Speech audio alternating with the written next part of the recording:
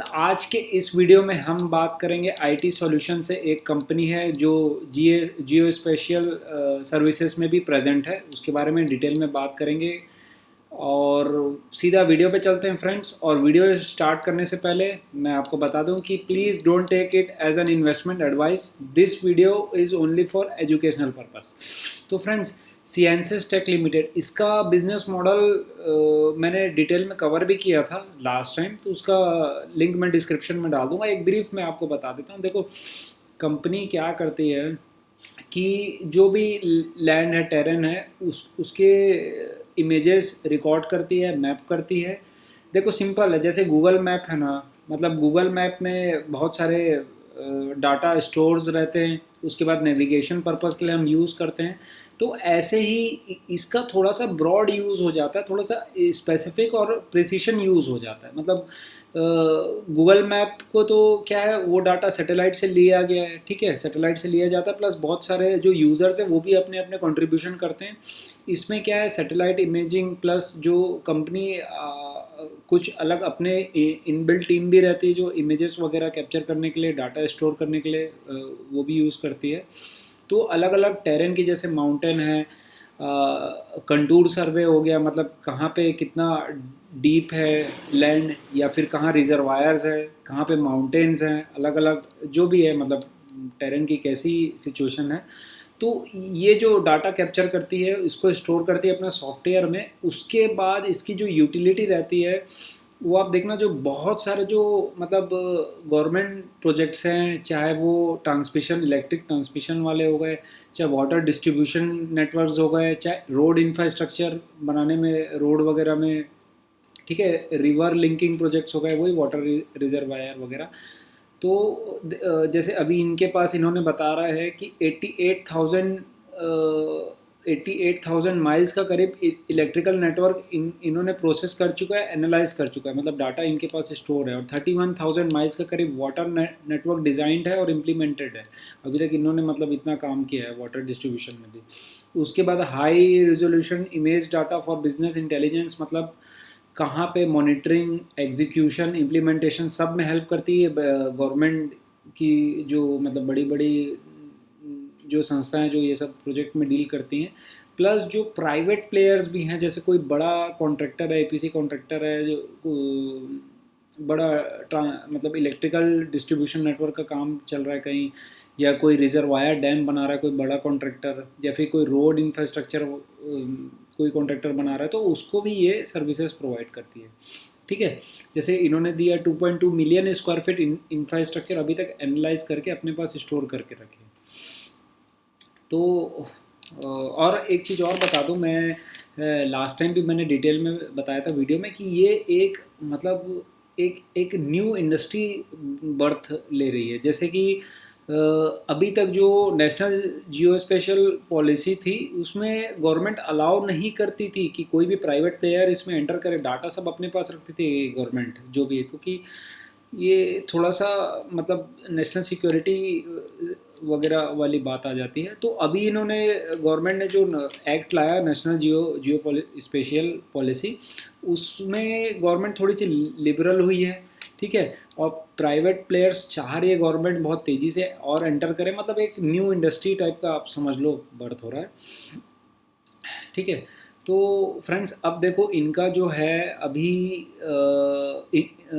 Recent में जो last phone call से इन्होंने गाइडेंस दे रहा था कि अभी अभी आप देखोगे, मैं थोड़ा सा फाइनेंशियल्स में आ जाता हूँ, डिटेल में थोड़ा सा समझेंगे इसके फाइनेंशियल्स में क्या है, कैसी ग्रोथ आउटलुक्स है, रिजल्ट्स बहुत अच्छे आए हैं। देखो फ्रेंड्स, अभी लास्ट ईयर इनका 243 करोड़ ऑलमोस्ट रिवेन्यू था, और 418 करोड़ आया है टोटल फुल FY25 में। अब इन्होंने क्या गाइडेंस दिया था कि 2 से 3 साल में ये 1000 करोड़ का रेवेन्यू टच करेंगे, है ना। और अभी एज ऑन 31 मार्च 2025 के हिसाब से इन्होंने लिखा है कि 1200 करोड़ के आसपास, मतलब 11,970 मिलियन, मतलब वो 1200 करोड़ के आसपास अनएग्जीक्यूटेड ऑर्डर बुक है। मतलब इतना इनको अभी वर्क कंप्लीट करना है। तो ऑर्डर बुक भी हेल्दी अच्छी ऑर्डर बुक है, प्लस कुछ कॉम्प्लिकेटेड प्रोजेक्ट्स, मतलब जैसे रिवर लिंकिंग प्रोजेक्ट्स इनको अभी मिला अराउंड 381 करोड़ का, ठीक है। उसका भी इन्होंने कुछ मतलब कंट्रीब्यूशन दिखाया रेवेन्यू में इस क्वार्टर में, वो डिटेल में मैं बात करूँगा जब फाइनेंशियल्स की हम बात करेंगे। अब देखो, जैसे मैंने बताया कि गवर्नमेंट बहुत एग्रेसिव है मतलब अपने इंफ्रास्ट्रक्चर और ये सब डेवलप करने में। तो जल जीवन मिशन जैसे आ गया है 2028 तक टू अचीव 100% कवरेज है। मतलब जियो स्पेशियल ऐसी चीज़ है कि सब जो भी डाटा है सब मतलब सब रिकॉर्ड होने वाला है। आप देखो, चाहे लैंड रिकॉर्ड्स क्यों ना हो, देखो modernisation of land records, urban planning, इसके बिना आप इमेजेस और सॉफ्टवेयर के बिना कुछ नहीं होता। आप सब लोग तो मतलब इस जनरेशन को मैं मतलब ये बोलने की बात ही नहीं है।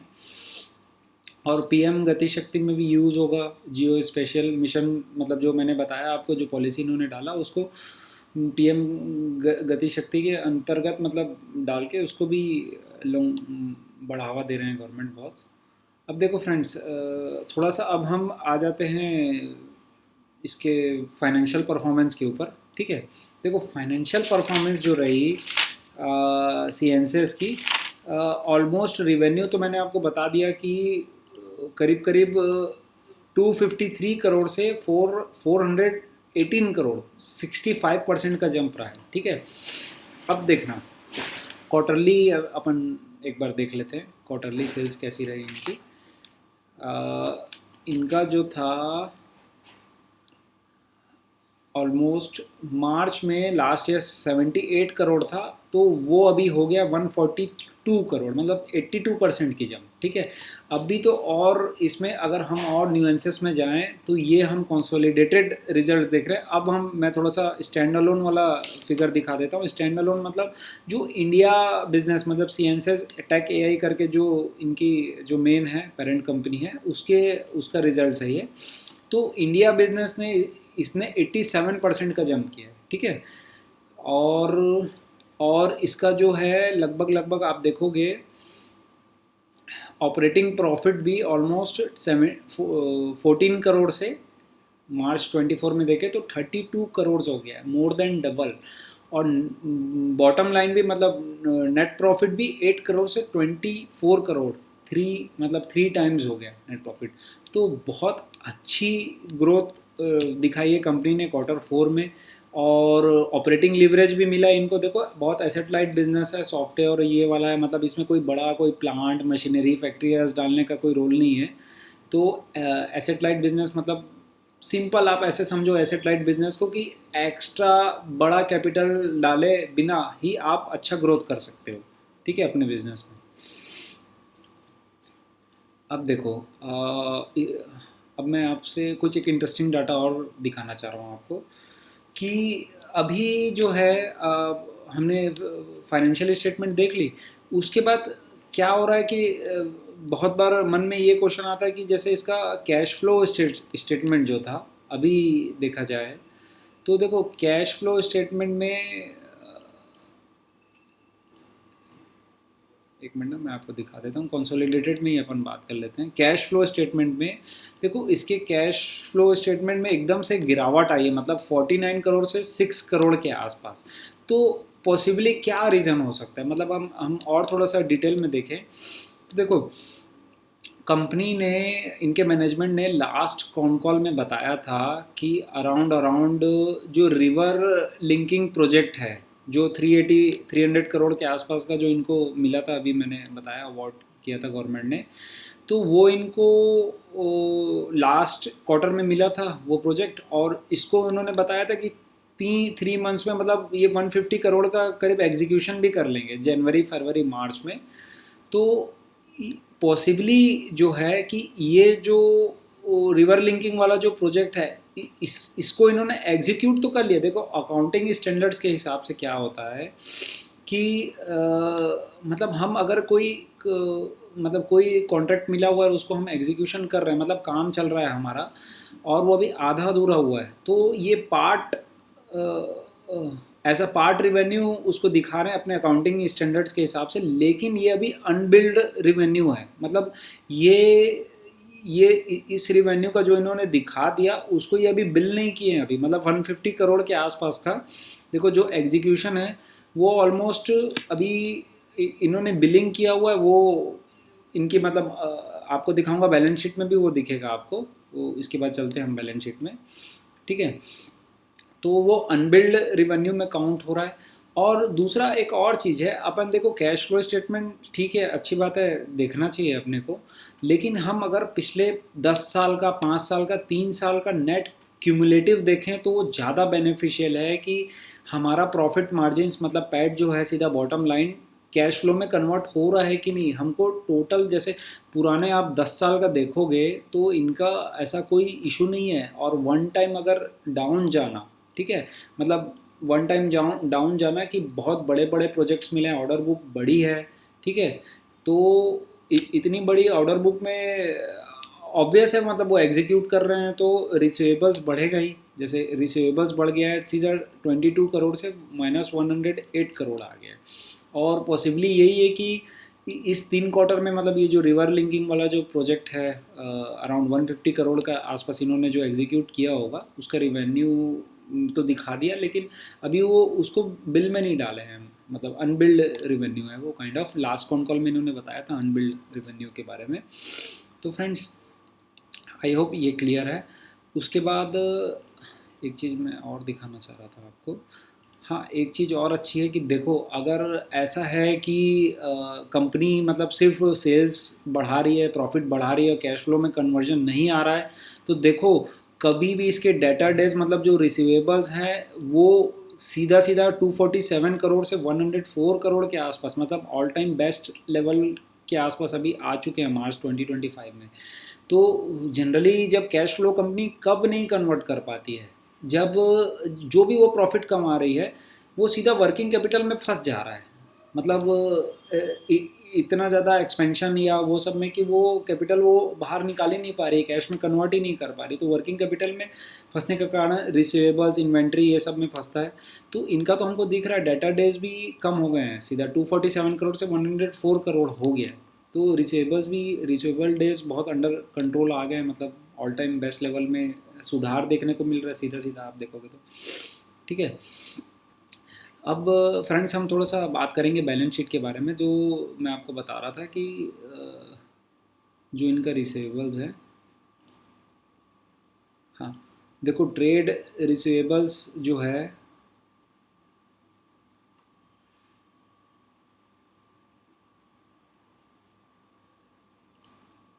ट्रेड रिसीवेबल्स जो है वो अराउंड